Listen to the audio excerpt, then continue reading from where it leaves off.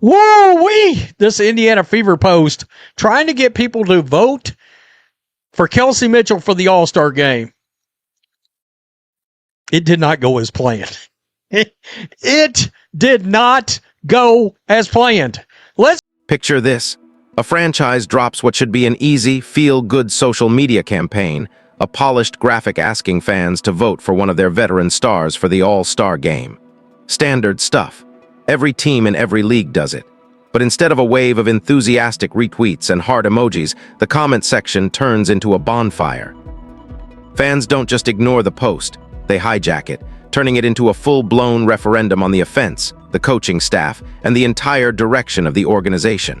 What was supposed to be harmless marketing became the match that lit the fuse on a fan base that had been quietly simmering all season long. And at the center of it all, a tug-of-war between a veteran-heavy system and a generational superstar named Caitlyn Clark. This is the story of the Indiana Fever at a crossroads, and why one overtime thriller against the Chicago Sky blew the lid off everything. The Indiana Fever's front office has been working overtime, not on the court, but on the narrative. For weeks, leadership projected an image of a locker room humming in perfect harmony. The social media feeds were curated, the press conferences polished, and the message was clear. Everything is fine, trust the process. So when the franchise rolled out a promo graphic encouraging fans to vote for veteran guard Kelsey Mitchell for the 2026 WNBA All-Star game, it should have been unremarkable. Each team is promoting players for fans to vote on, and the Indiana Fever has asked fans to cast votes for Caitlyn Clark, Kelsey Mitchell, and Aliyah Boston.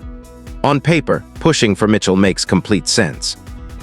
Three-time WNBA All-Star and 2025 All-WNBA First Team honoree Kelsey Mitchell returned for her 9th season with the Indiana Fever. She is a proven commodity. She averaged 20.2 points per game on 45.6% shooting, led the WNBA in three-pointers made with 111, and was second in total points scored.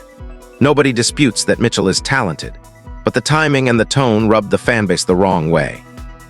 These are not casual observers.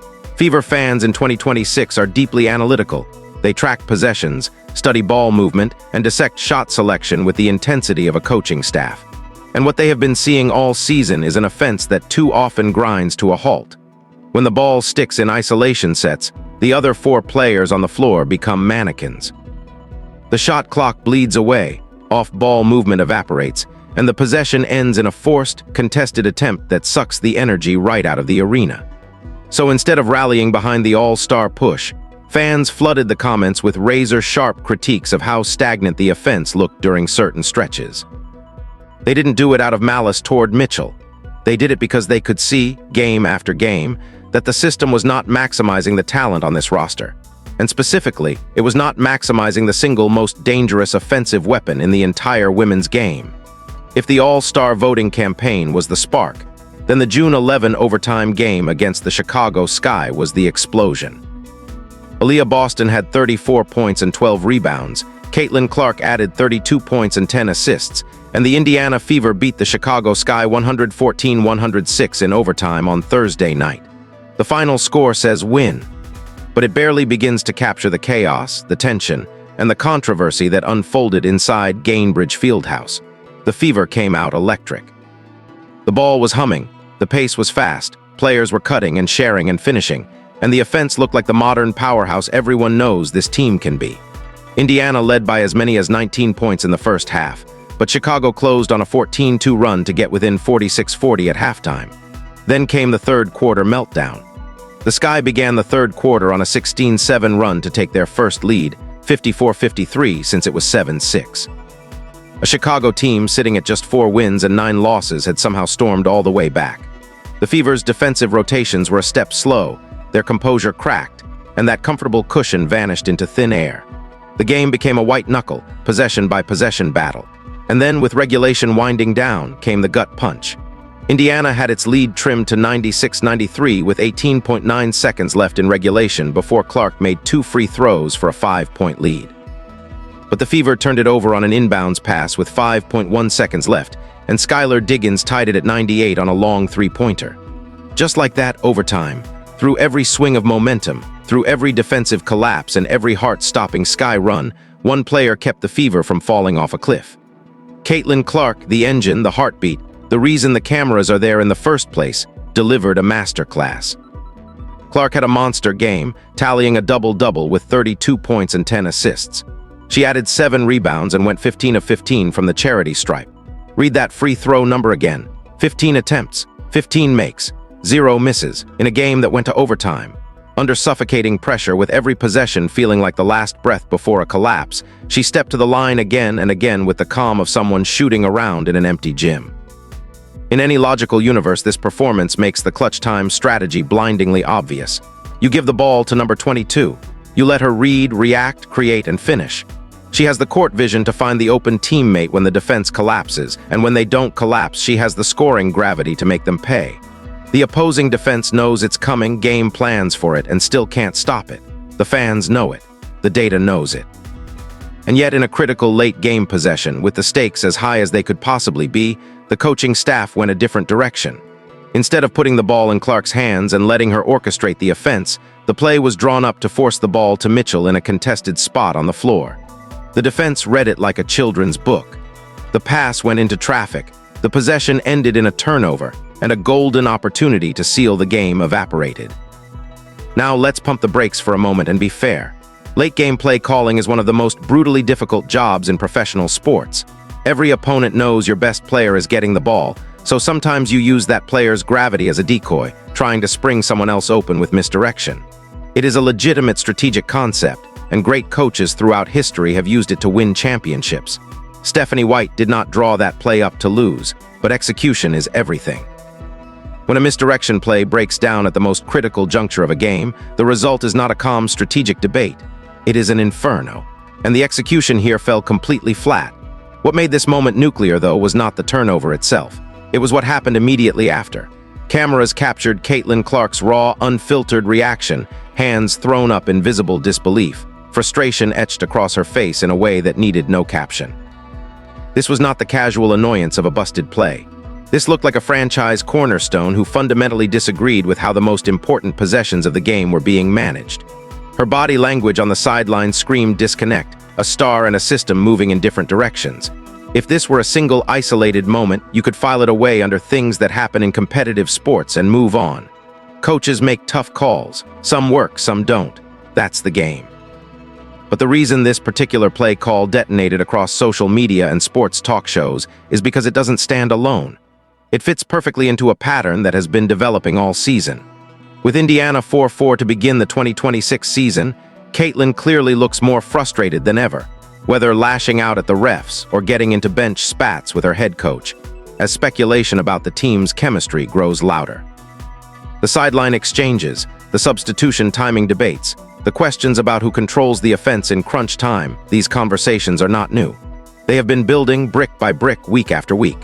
The fallout from the heated sideline exchange between Indiana Fever head coach Stephanie White and Caitlyn Clark isn't going away. After days of criticism and non-stop social media debate, White addressed the incident Monday, opting to stand firm in her coaching style. To her credit, Clark has publicly stood behind her coach. Clark said, "First of all, it was two people being competitive, two people that really want to win. I think a lot of those things happen all the time." She even went further, saying, as reported by Bleacher Report, "That's somebody I will ride for the rest of my life," brushing aside questions about tension with White. Both sides will say the right things publicly. That is how professional sports works. But the body language on the floor, the visible frustration during critical game moments, and the fan reaction that erupts every single time these incidents occur, all of it tells a story that polished press conferences cannot fully contain. The All-Star voting backlash was not a random eruption. It was the culmination of months of frustration boiling over at a convenient moment. These fans are not asking for something unreasonable. They are asking a simple question. When you have a generational talent, someone who just dropped 32 points with a perfect 15 for 15 from the free throw line in an overtime game, why on earth would you not build every single crunch time possession around her?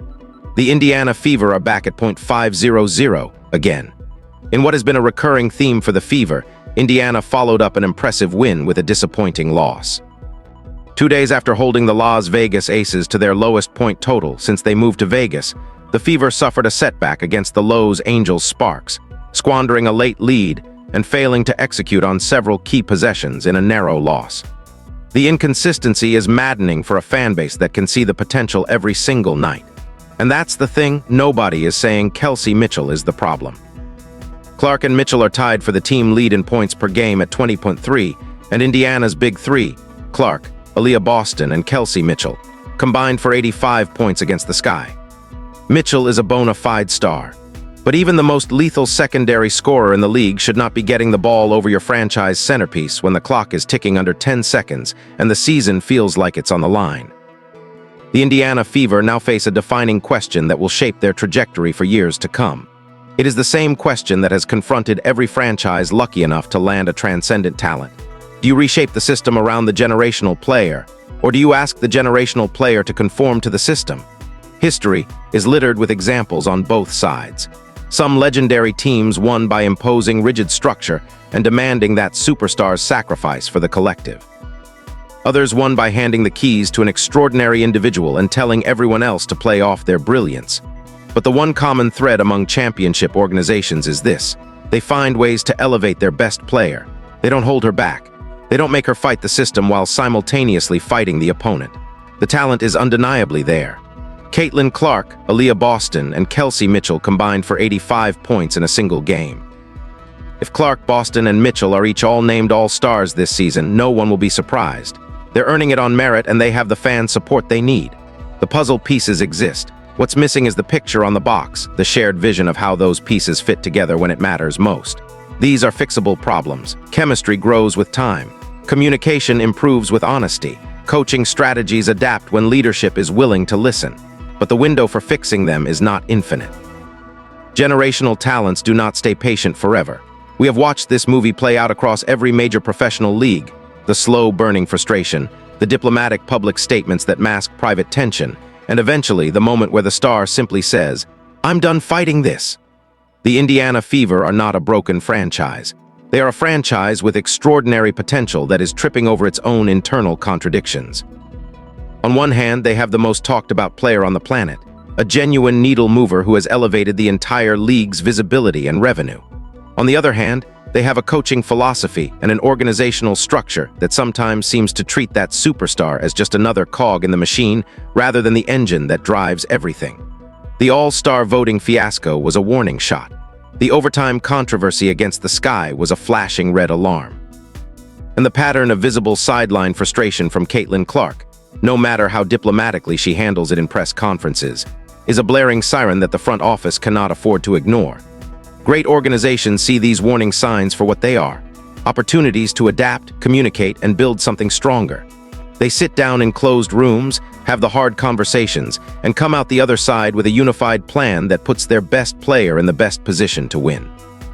Bad organizations plug their ears, polish the marketing materials, and pretend the cracks aren't spreading until the foundation gives way entirely. The basketball world is watching Indiana with an intensity that few WNBA franchises have ever experienced. The eyes are there because of Caitlyn Clark. The question is whether this organization will rise to meet the moment, or whether they'll let a once-in-a-generation opportunity slip through their fingers because they couldn't reconcile the tension between the system they want and the superstar they have.